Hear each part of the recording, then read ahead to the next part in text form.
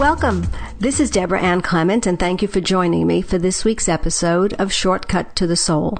So today's guest is Armand Diaz, Ph.D., who happens to be an NCGR PAA certified consulting astrologer, lives out here in my neck of the woods in Long Island, New York, and Armand is the publications director for the National Board of the NCGR. He is also the books and articles editor for the Astrology News Service, and he's a contributing editor to NCGR's e-news.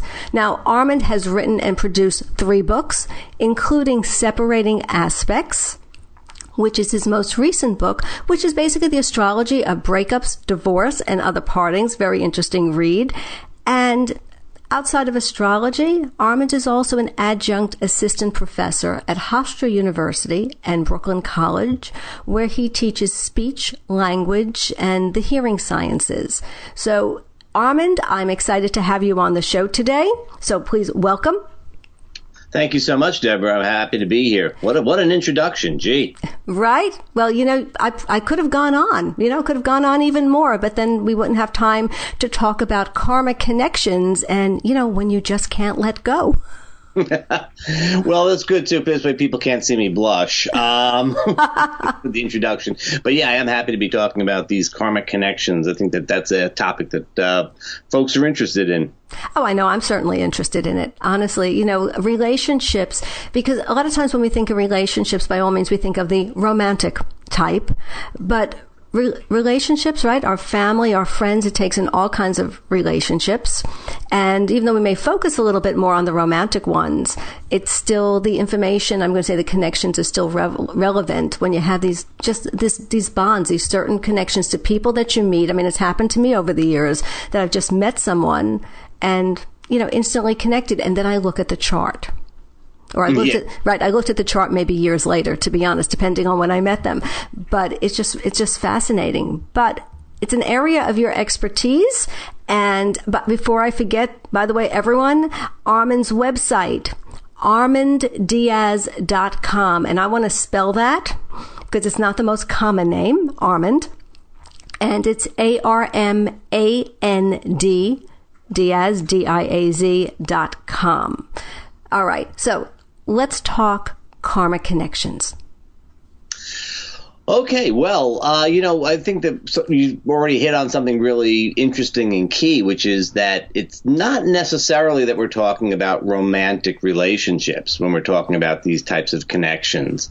One thing that I find happens a lot, though, is that people, especially if it's a person of the gender and relative demographics of somebody that you might have a romantic relationship with, that you sort of tend to assume that it is a romantic relationship when you meet the person. That's something that I've noticed quite a bit, that there is this kind of, our default approach to things is to say, wow, this must be a romantic relationship. Mm-hmm. So tell me, what stands, is there any one particular, I hate to say, because we can't really, narrow it to one particular aspect, but is there anything that you see, when you work with your clients, I just want to say a common aspect or common karmic connection that sort of repeats a theme that you see over again that people either struggle with or that it brings them together? You mean astrologically? Astrologically. Yeah. Well, it's really interesting. There are a few really distinct patterns, and I'm not sure that I really teased out how they differ, but among them would be Neptune-Moon connections. When there's a strong connection between one person's Neptune, Neptune-Moon, Neptune to ascendant, there tends to be this kind of immediate draw that is really, really powerful for people. That's one aspect that is really strong. And it's interesting because it's Neptune to the moon, Neptune to the ascendant, less so, I think, Neptune to the sun. Neptune to the sun seems to it's a Neptune aspect, but it seems to be less compelling than the moon and the ascendant.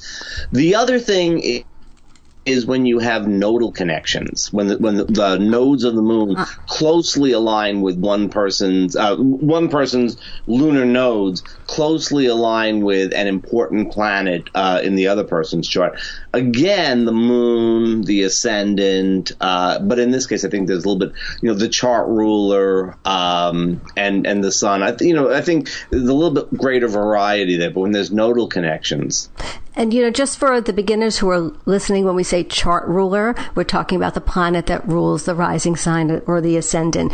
I do want to validate something because, speaking like, quote, karmic relationships, that Neptune moon, because I've been there, done that, Neptune moon. Yeah. Yeah, Neptune moon. And it's an immediate, I describe it sometimes as soul, to me it's like soul recognition, but it's just this something that just brings you together.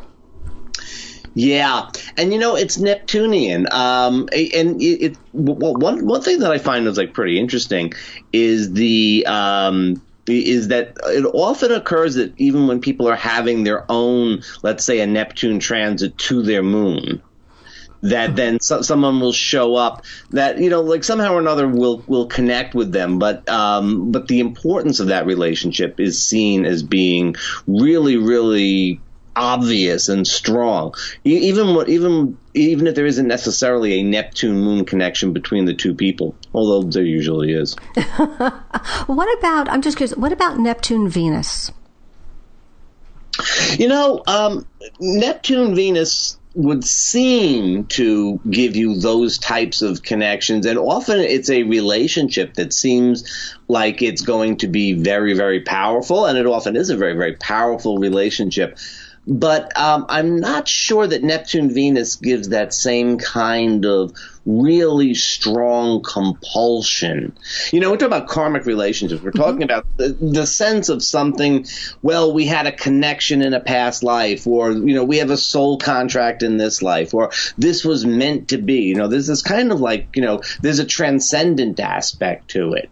And I think the moon and the ascendant are so important because they are much more personal than, say, Venus. The moon has a lot to do with the past. The moon has a lot to do with where we come in, what our default mode is, So there's a lot of emotional memory associated with the moon.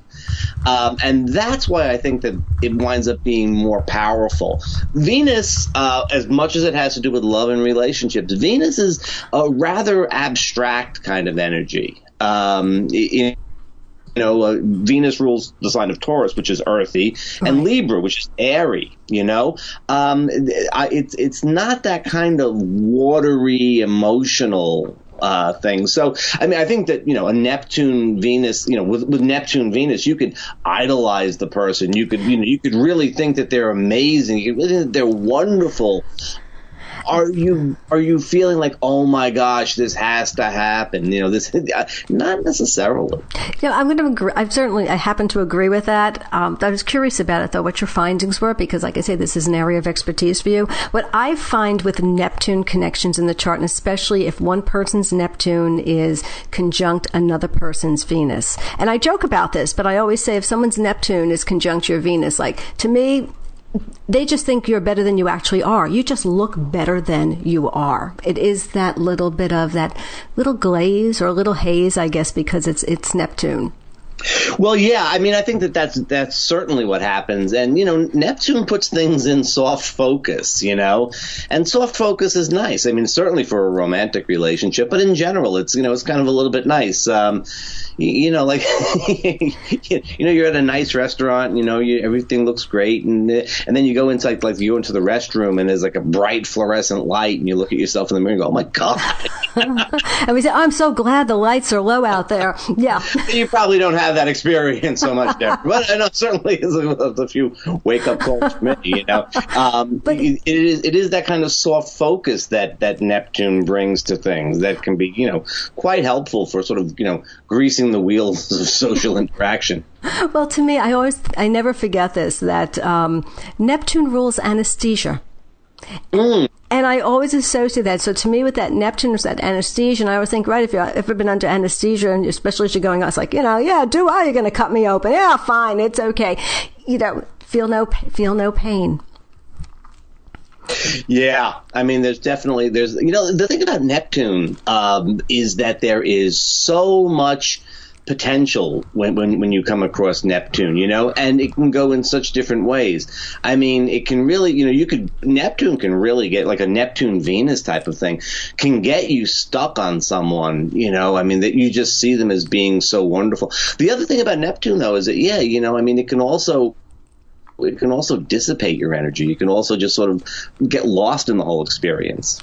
Well, I will say, as someone whose seventh house ruler is conjunct Neptune, and this is something that I didn't realize, years into astrology, someone else's chart would have spotted it immediately, right? And I happened to look at this and looking, just at my history, because romantic partners, there's that Neptune. And while I will say, there was a draw, there was this, let's say, faded type of, relationship. I'm going to say karmic energy. But as my followers know, I'm not a fan of Neptune. I have to confess that to you, Armand. I'm not a fan of Neptune because of its, it's a little bit more, I'm a Capricorn. I admit I like to be in control. And here's Neptune, right? And you have no control, and it's ego denying. And so I did find with the Neptune conjunct my seventh house ruler, my partners, they were there, but they really weren't there. They could disappear. Yeah. Yeah. Yeah, it was an interesting to look at, in hindsight, but there was certainly a very strong draw to it. And I want to say it was actually this feeling of I don't say fatal attraction, thank God it wasn't, but it was faded. But looking back, was it, especially, I'm going to say my seventh house, first partner, first spouse, was it a karmic relationship? Of that I have absolutely no doubt. But I would like to talk more about the nodes, because I find the nodes fascinating. And so if we're talking about the nodes, let's say conjunct, you mentioned the moon. What about someone's node, let's say conjunct, and I'm going to say someone's descendant, someone's seventh house? Well, if it's conjunct the seventh house, the nodes are going to be conjunct the ascendant as well. Right. So I think so. I look a lot to see if it's the north node or the south node, too. That's my question. That's what I was going to ask you. Is there a difference, north node on the seventh as opposed to south node on the seventh? And the same thing with the nodes. I'm going to ask you two questions in one here. North node conjunct the moon or south node conjunct the moon? Oh, yeah, okay. Well, if you don't mind, I'm going to just jump back to the Venus thing, because as you were talking, a couple of different aspects. Sure. I don't think it's as powerful for these sort of karmic connections as the moon or the ascendant axis. But yes, I mean it is certainly a possibility. The Neptune and Venus. It certainly, though, would indicate it would very typically indicate a romantic relationship as opposed to any other kind. The nodal axis, well, the thing with the nodal axis is that you get the dragon's head and the dragon's tail, and really, which end do you really want to look at? You got problems in either direction, I feel. And if the person's south node lands on your ascendant and their north node lands on your descendant, then they are pulling you towards relationship and away from yourself. Right. And it can be, but the thing, of course, is that being pulled away from yourself is not necessarily the best possible experience. They're showing you something about your relationship life, and it's sort of coming at the cost of your personal self, your own thing. Right. When it's reversed, they are giving you a little bit of extra energy in your own life. They're actually strengthening you. But on the other hand, the partnership itself can wind up being a little bit draining. Because, the south node often indicates points of where, it's a little bit of an energy drain. Right. And so, you can get into a relationship with someone when the south node is in the house of relationship, when it's on the seventh house cusp there. And, it can ultimately be a very good thing. But there's always a tendency, or there's usually a tendency or temptation to give too much to the relationship, to give too much to the partner, to sort of over prioritize it. It becomes relationship with a partner become too important. It's very similar. It's very similar to a Neptune, like Neptune on the seventh house cusp. It can just become too important when the real message of the North Node in the first house is that this should be something that strengthens you as an individual, through the relationship, but it should be something that, winds up being energizing to you personally. Now, Neptune, that's why I've said I'm not the biggest fan of Neptune, because I guess I've experienced it very much as the draining, on the draining side. And it's something, we evolve, right? And we work on our issues, hopefully, and we get past that. But it can be a bit of a drain, because also Neptune, selfless service, and we can just give and overgive. Well, that is one of the things, and in separating aspects, I talk about the various styles of relationship and the various styles of breakup, and I talk about it in terms of the four outer planets, Saturn, Uranus, Neptune, and Pluto. And the thing about the Neptunian style of relationship or the Neptunian breakup is that, you're just drained by it, and it can be too much sacrifice. It can be too much giving in too much to the other. And, it can eventually become a sort of like martyrdom type of thing, or, you're going to try to save the person, that type of thing. And it really, really can be, very draining. Yeah. Breakups, because let's talk about your book. Let's talk about the book here for a moment, because you separating aspects, the astrology of breakups, divorce, and other partings. Yes, yes, that book available at Amazon. Yes, that one. Yeah, okay. Yes. So Saturn breakups, okay, Uranus breakups, Neptune breakups, Pluto breakups. I went through a Saturn breakup. Ooh. I think I did. It happened when Saturn was going through my seventh house, so I think that qualifies as a Saturn breakup. Yep. And Saturn entered my seventh house, literally, just a few months after I got married. So I wasn't really doing a lot of predictive astrology back then. But the Uranus breakups had one of those too. Uranus Venus. Oh, yeah. Never had a Neptunian breakup. Did have a Pluto breakup. That was the toughest one. Yep. That's the way it goes. Yep. That's the way it goes. Well, you didn't have a Neptunian breakup, but if I'm reading carefully here, you've actually had Neptunian relationships. Oh, yeah, I've had more than I ever want of Neptunian relationships. Yep. Well, if you didn't want to have them constantly, you shouldn't have put your ruler of your house of relationship next to Neptune. Well, I always say to myself, what was I thinking on the other side? But there had to be a reason. And I will say that Jupiter and Neptune conjunction, well, the next planets also conjunct my North Node. So I did come here to learn about relationships. I hope I've learned something, but I have come here for it. But the Pluto, and I have to say this because the Pluto breakup, I have to be honest, I held in there because I was done with the relationship, and I hate to put it this way, but it was like I had to win. And it was just this really, I was going to stand here longer and, I had to win. And then when I walked away, I was fine. I had no regrets. I was ready to go, and be done with it. But when I look back at the breakups to this day, I look back and I should think, God, what possessed me? But that was intense. And it really was a battle of wills. And the individual, and I was with him a number of years, had Pluto conjunct his ascendant.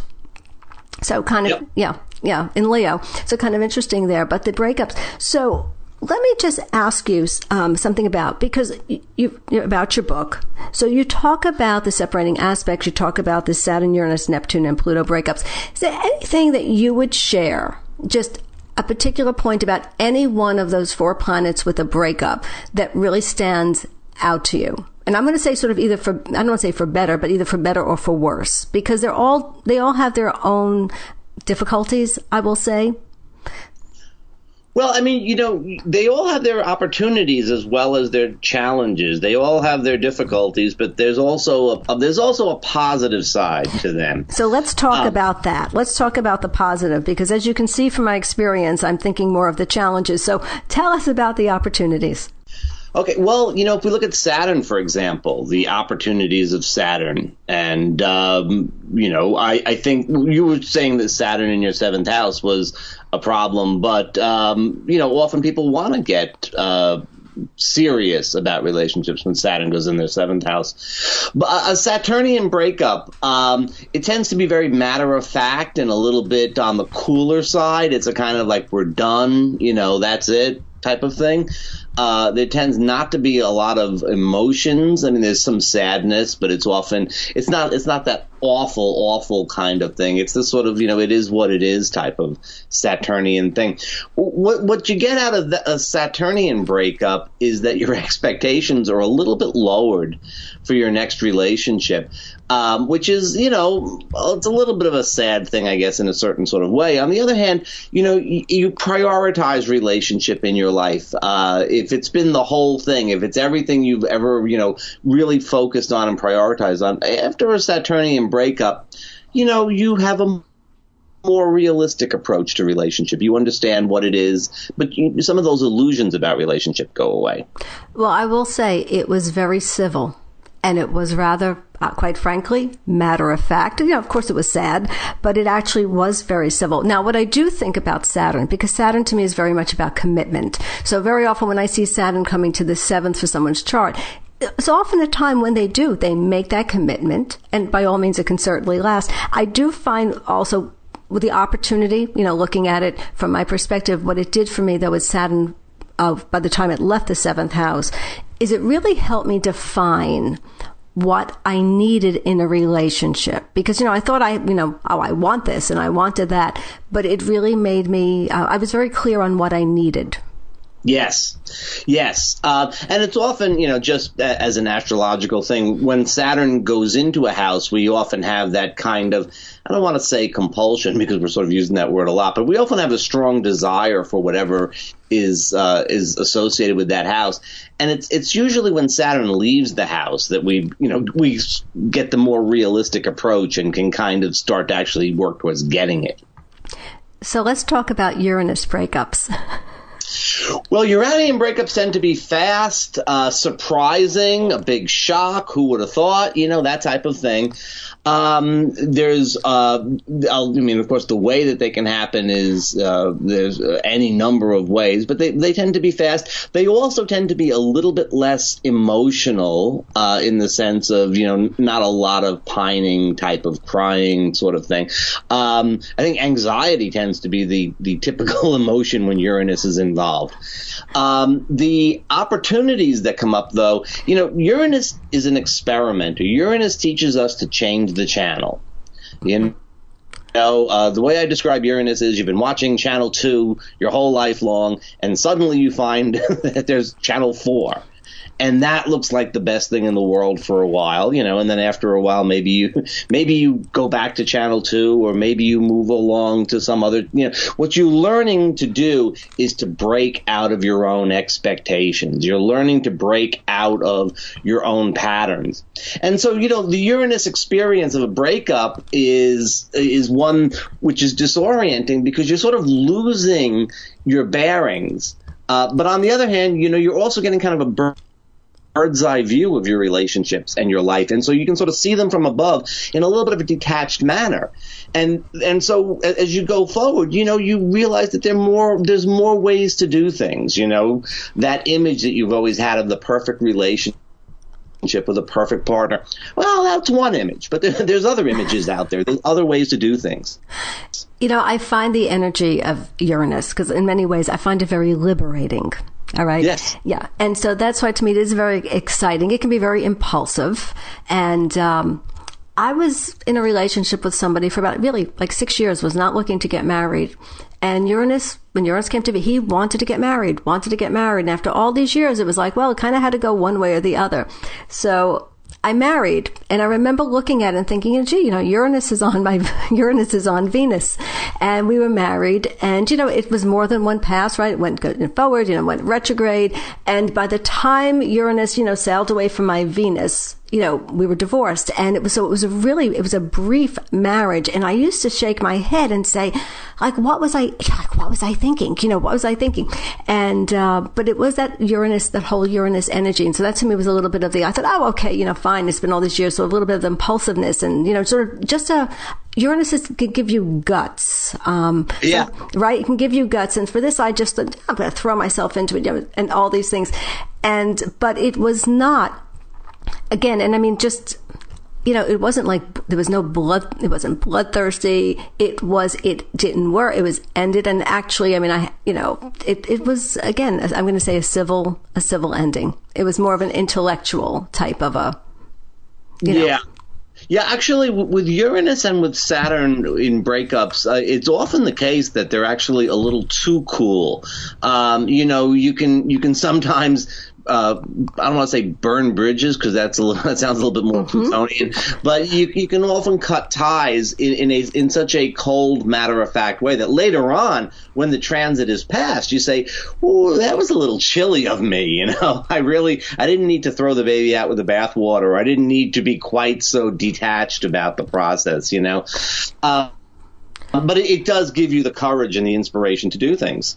No, but Uranus can be cold. Yeah. Yes. Yeah. Uranus can definitely be cold. Can be cold. So, what you're describing, though, Debra, is exactly what we see with Uranus transits all the time. I see it a lot with people when it hits their Saturn, and they quit their job for a new job, and then they quit that job for another job, and then they wind up, every time Saturn gets hit with Uranus, they wind up changing jobs again until they finally settle into their new pattern. It's just experiment, which is why Uranus transits, even if you're not in a relationship, Uranus transits to Venus can be great for, trying something new and breaking out of the box. But you gotta, Uranus is when you can dye your hair a new color. You don't want to get a tattoo. Exactly. Yeah. Nothing permanent. Yeah, nothing permanent. Well, I will say that same year was a very, notable year. Second pass of Uranus to my Venus is in the 10th house. So second pass of Uranus to Venus, I had graduated law school. I had already, I had passed the bar. I took the February bar, and graduation, even though I graduated earlier, the award ceremony was, like in May or something. So the second pass of Uranus to my Venus, they called me back. I mean, I was like, wow, I did very well. I got like 3 awards. And I remember thinking, oh, Uranus to Venus. There it is in my 10th house. Uranus rules the 10th. So there was a lot of, it was good. It wasn't a bad transit. It was just a lot of change. It was extreme. And that's the other thing, because Uranus is a planet of extremes. Yes. Yeah. Well, it's not people. Who doesn't like Uranus transits are people who really, really don't like change.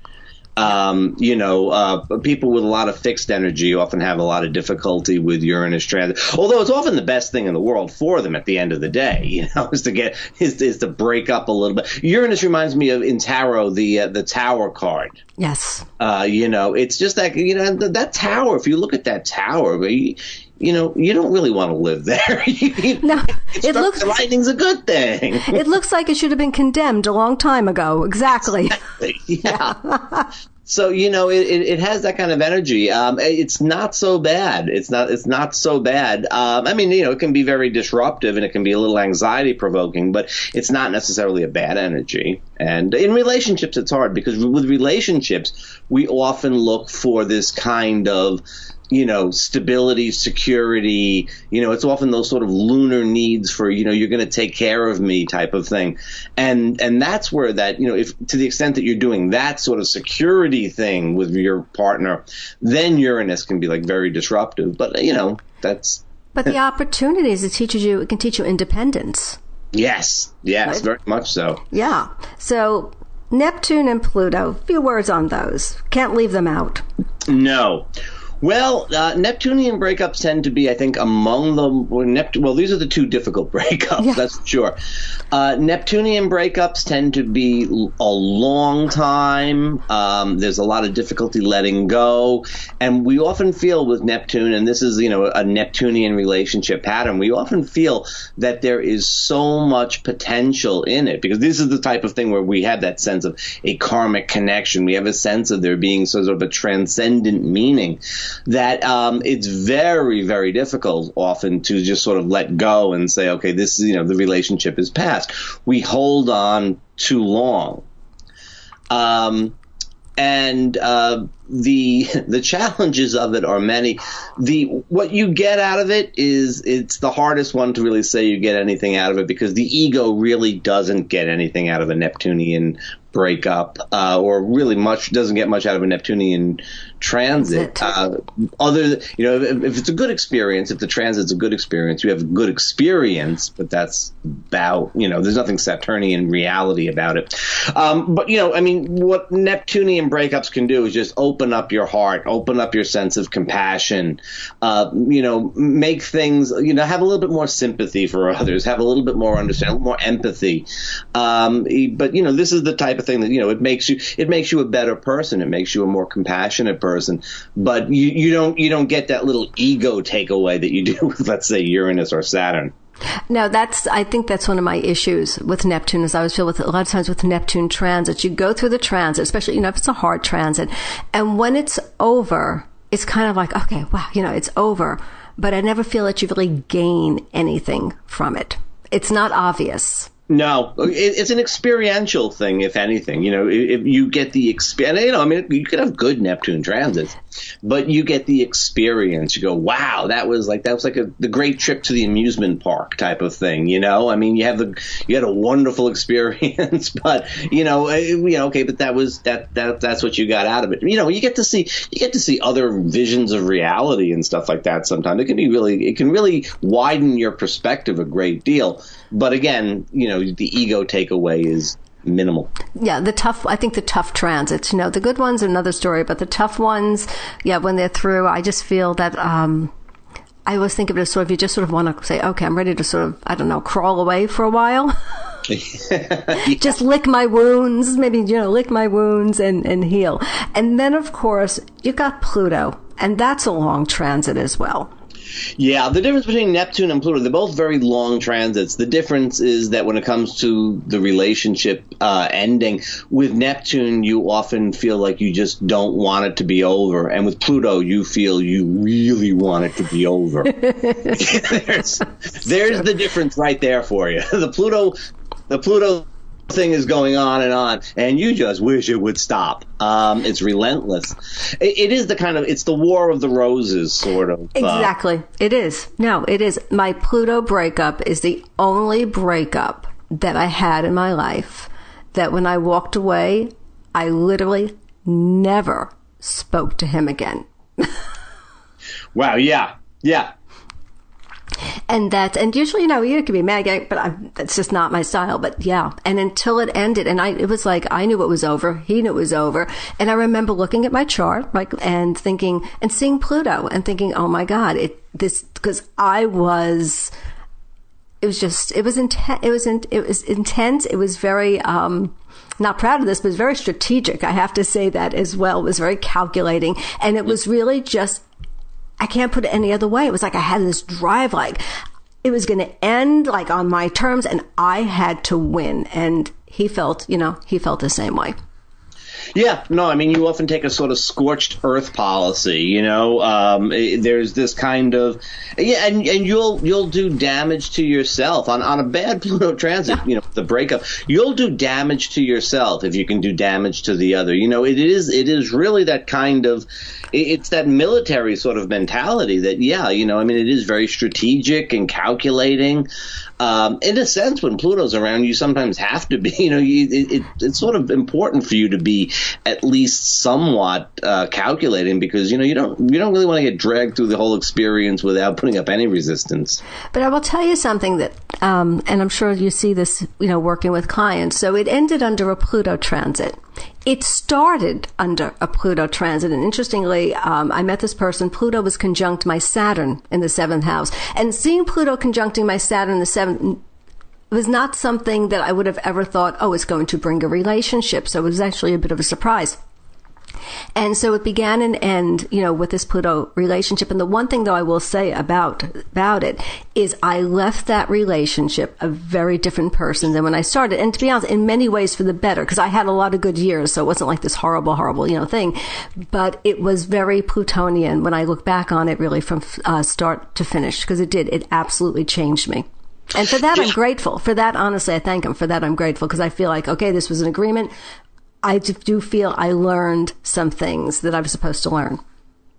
Well, that's what it does for you. Pluto strips away. I mean, if Uranus shakes away some of your ideas about things, Pluto comes in and strips them down to nothing. You're down to the bone. And your relationships afterwards, I mean, they're very genuine. Like, you know what you want, you know what's important to you, you're not going to play on anybody else's terms after the Plutonian breakup. You understand, okay, if I'm getting into this because what's important to me, what's really going to be satisfying to me on a soul level, as opposed to, well, this is, the things that, my family would say, or, I've always wanted, or my partner thinks, or all of those different shoulds and musts that we have running around in our head, they mean virtually nothing after a Pluto transit, a Pluto breakup.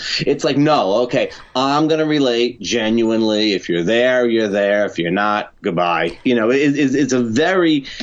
become much more soul-centered. That's why, honestly, of all my relationships, that's the one I consider it was a gift. Honestly, it was a gift. Yeah.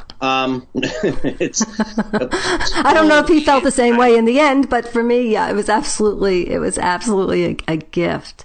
Now, so I want to talk about something, because you do relationship consultations. I mean, not just relationship consultations. You offer, a variety of services, and I'm going to have you talk about them. But for relationship consultations, because, if someone wants to come to you, do you usually meet with one person? Do you meet with them as a couple? How do you approach it?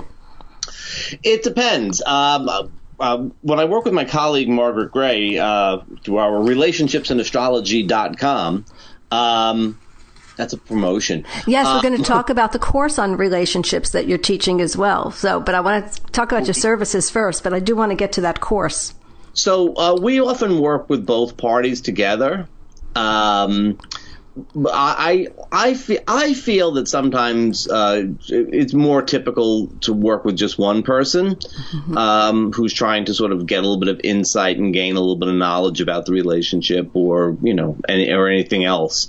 So it goes both ways. I mean, it also depends like where people are. I mean, if you're in a tough spot, then there's times when it's beneficial to work with both people, and there's times when it's beneficial to work with just one. Now, anything in particular, when you look at a chart, you're working with relationship consultation. And this I'm just curious about, because we all have, we look at charts, we all sort of, I think our eyes sometimes go to certain places as astrologers. And I'm just curious, is there anything in particular that you look for first, or do you just take a much more, go through the whole chart organized type of fashion? Well, if I'm looking for relationship stuff, I'm going to look for things like what's going on in the 7th house, what's ruling the 7th house, Venus, of course. This is going to be important. One thing that I do always, though, as pretty early on in the process, is to look at the balance of elements among the 10 major planets, and to see, the elements and the modes, what's going on there. Is there a lot of fixed energy, a lot of mutable energy, and a lot of earth, a lot of water, fire? Is there a lack of air? And then, if there's a partner, then you look and see, is there a compensation? Somebody that has no air in their chart finds the Libra or the Aquarius to be so exciting. So, or sometimes people support each other. Somebody who has maybe some fire in their chart, but that fire is damped down by Saturn, may look for other fire signs to kind of, stoke the fire back up a little bit. So a lot of times I look at the elements and the modes as an important thing in relationship. But I gotta say, I'm pretty eclectic. As much as I've tried in various times to have a little system, my eyes always look at the chart and pick out something that I start looking at first. Well, you know, first of all, every chart is different, right? Every chart is different. And the other thing I was going to say, when we're looking at a chart and you're meeting with a client, when it comes to relationships, I mean, let's be honest, what is a relationship, right, potential in that person's chart? You mean in the individual? In the individual's chart, right. Well, I mean, I think everybody has relationship potential. I mean, heck, you know. Yeah, no, we all do. We all do. But don't you feel like that? I think that's a big part of what we start with, of what is that potential, right, for that person. Well, yeah, I mean, you know, you're looking for things. If you look at someone's chart and you see Venus next to Uranus, you think, well, you know, this is somebody who's going to require a certain amount of freedom. Will probably look for a partner that is also looking to do their thing as well. You know, there's a lot to do with the relationship dynamics that show up. And that's really, really important because that is something that tends to be consistent, you know. People with, you know, Uranus, Venus, if they don't get the freedom that they need, if they feel themselves too confined in a relationship, it's true, they will very often break out of it. You know, but this is never the case that there's no potential for relationship. You just have to have a sense of what's going to serve you in relationship. You know, a lot of times the idea that, you know, well, you know, I'm not necessarily going to spend every spare minute with my partner. That can be something that is it'll scare a lot of people. And a lot of people who even have those sorts of aspects in their chart will have a hard time with it. You know, accepting that this is something that they kind of need. So, yeah, the relationship potential of the person. So Venus is in Scorpio, conjunct Pluto. Well, you know, this better be a close relationship. There's got to be a lot of trust involved. You know, this is something we're going to need. Now, so, yeah, that is an important thing. Because I think just understanding, you know, and just from my own perspective looking back, had I had a greater understanding, and I'm going to say at a younger age, you know, I think, it would have been very, very helpful. I have Libra in my chart. I've got a Libra moon. I've got, you know, Saturn in the 7th. I've got Mars there as well. Relationship oriented. Yeah, it was always something I wanted. Always wanted relationships. Venus is retrograde, and it opposes Uranus. When you're talking about that Venus-Uranus issue, and I get that, because for me it was, I wanted these close relationships, you know, that whole Libra, you know, togetherness. But then I had that Venus-Uranus where it's like, oh my God, you know, like, right, we're together. Like, okay, like, we're done now. It's okay. Like, go home. Or, you know, can't you go watch television or something? And understanding that balance, I guess, recognizing the different, I'm going to say sort of the different needs, because they're not, in my case, they're not always maybe on the same page, or they weren't just always felt as harmonious. Well, now, like, let's look and see. You know, you have your ruler of the relationships next to Neptune. You have Uranus opposite Venus. Now, let's just say, for example, if you find someone who has a very Plutonian, Scorpionic kind of relationship picture, I mean, you know, there could be. I'm not saying it couldn't work, but boy, that would be a little bit harder. That would require a lot more conscious effort to balance out, right? Absolutely. That's why it didn't. But no, I joke, but I always say this. I know I came in here, you know, we have our curriculum and it was like, I think relationship. Oh, relationship. But the Plutonian one, like I say, that was the one, it was transformative. And so that's where, yeah, it may have been a bit of scorched earth, but in the end, it was very, very positive for me. You know, I have to say that. Now, you teach a relationship course. And an astrology relationship course. And I want to talk about that because it's coming up. And it's starting in January of 2019. So there is still time for people to sign up for it. So tell me about the course, or I should say tell our listeners about the course, but tell me about it too. Well, I'll tell you about it as well. You can listen in while I tell everybody else. That's fine. I'll sort of eavesdrop on, just pretend I'm not here. Well, my colleague Margaret Gray and I do a lot of relationship work together in terms of education as well as consultations. And we are doing a 1-year course. Now, we've done courses before, but we've done shorter courses, a couple of month type of thing. And this is going to be 3 terms. People can sign up for any one of the 3 or all 3 terms. And we're going to start out with the basics of looking at a chart, individual chart for relationships. And of course, when you're doing relationship astrology, you're usually looking at least 2 charts, but sometimes you're just looking at for that one person to see what's going on. And then we're going to get into all the various techniques of synastry and composite and locality and all of those types of things. And we're going to go into them in some considerable depth.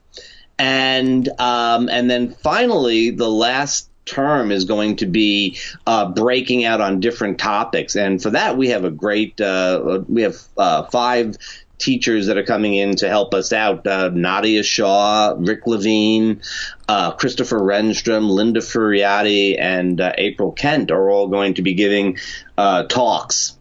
Excellent.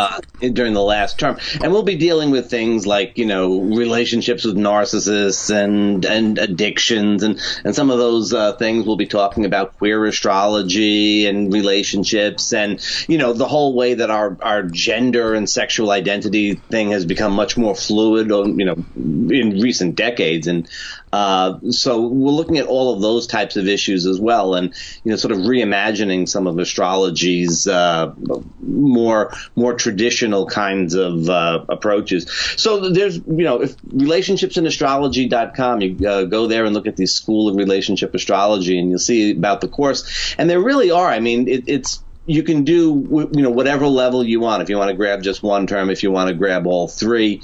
It's really looking forward to it. And also, too, it's a thing you can learn online on your own time. And then you also get, one-to-one time with us as teachers. So it's sort of, you're not locked into a particular time. There's going to be assignments and you do work with other people in the course and so on, but everything's on your own time. And then, you get the one-to-one meetings and stuff as feedback and work through. So the course will be offered online via its pre-recorded presentations? Yeah, the presentations themselves are pre-recorded, and you can watch it. We'll put them out like one a week, and you watch that week's, and then there's a follow-up. We'll do a group chat type of thing for follow-ups, and then each semester you get you get the interview. Interview's not the right word. You get the discussion with us to decide where to work through things. Of course, people can ask questions on an ongoing basis. It's very interactive. I mean, the fact that it's pre-recorded doesn't make it less interactive. Well, it's great because there really is very little specialized training in relationship astrology, right, in the field. And in terms of who is the course ideal for in terms of the level, the knowledge level for, people who'd be interested? Well, it would be good to have some knowledge of astrology. You'd want to know the difference between Venus and Saturn. You'd want to have a good idea of what the planets are, what the signs are, what the aspects are, what the houses are. Although, our first talk actually is on the houses as they relate to relationships. And we go through the planets as they relate to relationships. So, I would say somewhere around, intermediate to advanced students to professionals. Excellent. And you do, I know there's the 3 different terms, but you cover, besides the synastry, you deal with the midpoint, the composite chart as well, right? Yeah, I mean, we'll give you a little background on the Davison chart, but we tend to use the midpoint composite chart, which is the chart of the relationship itself. Which is that's a whole new thing since the 70s. That's right. If you recall the 70s, the time when we really started talking about relationship as a thing in itself, as the relationship as the third thing. There's you, there's me, and there's our relationship. And that's when the composite chart came out. It was right around that time. That composite chart, because that's what I use, the midpoint composite chart. I mean, I've, looked at the Davison chart, but the midpoint composite chart, so many things, it may not be clear when you're looking at the 2 charts, but when these people are together in a relationship, it shows. It absolutely shows in the composite chart. And of course, you can transit it. And you also, you also talk about, besides the composite, progressions, relocated charts as well, right? With a composite chart? Yeah. Well, when you really, this is a full year course. We're going to do a lot of stuff, and some of the things, that's why we're going into depth on this. But yeah, you can progress each person's chart individually and then make a composite chart out of that. And then you have the progressed composite chart. And that is often very, very helpful for finding out, what's going on at this particular time. Relationship potentials that might be there in a kind of weak way can sometimes be very strong with a progressed composite chart. And then also too, relocating, we can relocate an individual's chart, but we could also, let's say if it's not atypical to have one person that was born in Poland and another was born in San Francisco, and they're living in, we'll have them living in Chicago. So there's a relocated composite chart, which will show something about how their dynamics work in that area. So that's an interesting thing that you can often miss, for example. And then there's the composite chart to the individual's chart, where sometimes we can show there's, as I think Margaret did a talk entitled "I love the person, but I'm not so sure about the relationship." So like okay, well, what happens when the composite Pluto lands on your moon? You may not see that in synastry, but sometimes you'll see something like, wow, this is a little bit heavy that way. So yeah, there's a lot of stuff we get into. Yeah. So I'm going to say it's really relationshipsandastrology.com. And these links are going to be posted on the blog page that I put up, as well as in the show notes. So you could always just double check them there. But go to the page because it lays out the entire course, every single subject. It's extremely comprehensive. It really is, and very well organized. But as a Capricorn, I always appreciate that very much. So, and you'll see other events, anything else that'll be posted there. But as far as your individual services, because I do want to talk about that, and I talked about the relationship, of course, consultations. But you also work, you do other consultations. You certainly work with individuals, and so talk about that a little bit. If someone wants to meet with you, what do you focus on? Well, what does the person want to focus on? I've done a lot of work since 2008 when things kind of went south with the economy. I've done a lot of work with career transitions, and that I would say that is probably the thing that I do most now, is working with how to, vocation, career, how to make your life align with who you are. That's an important thing. And in fact, I do a lot of event, timing things. When is a good time to open a business? When is a good time to file a petition in court? When is a good time? I do a lot of that as well. Okay, that's good. That's good to know. What about living or working in particular areas? Relocation? Yes. Yeah, I love relocation work. And I love to – I usually wind up including a little bit of that in any consultation.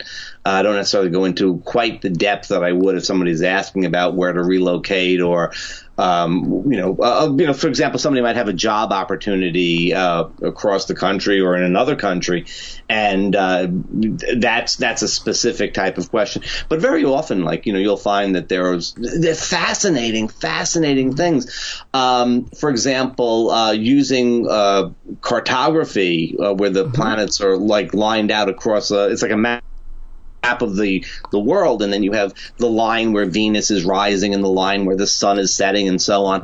And it's amazing how often you'll find that people have relationships with folks that are on their Venus lines. It's really, really extraordinary. Where's a place that's going to be very oh my gosh, I'm going to go live in Hawaii, and they've got a Saturn line going through them. It's like, you're going to go live in paradise, and all you're going to do is work. Yeah, it's not going to be what you expect. It could be good, but yeah. But not what you expect, but not what you're dreaming of at the moment. And so, and again, ArmandDiaz.com. By all means, visit his website. Now, Armand, you post on social media. So where can people follow you? On Facebook, Integral Astrology. On Instagram, Armand M. Diaz.